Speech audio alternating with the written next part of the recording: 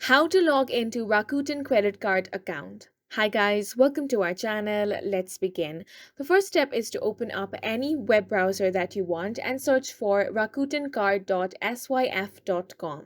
Once you have entered this, here you can access your account by entering your user ID. Then you want to enter your password. After entering the password, you can click on the show option if you want to check out if your password is correct or not.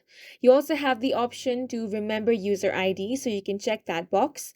However, you can leave it unchecked if you are using a public domain or shared PC. Now, if you have forgotten your user ID or password, you also have the option to retrieve it. Simply click on user ID or password depending on which. And if you do not have an account, you can create it by clicking on the register option. Now, after entering all the credentials, simply click on the secure login option. And once you do that, you will be successfully logged into your Rakuten credit card. And that's it for this video. We hope you guys found it helpful. Please make sure to hit the like button and subscribe for more helpful tutorials.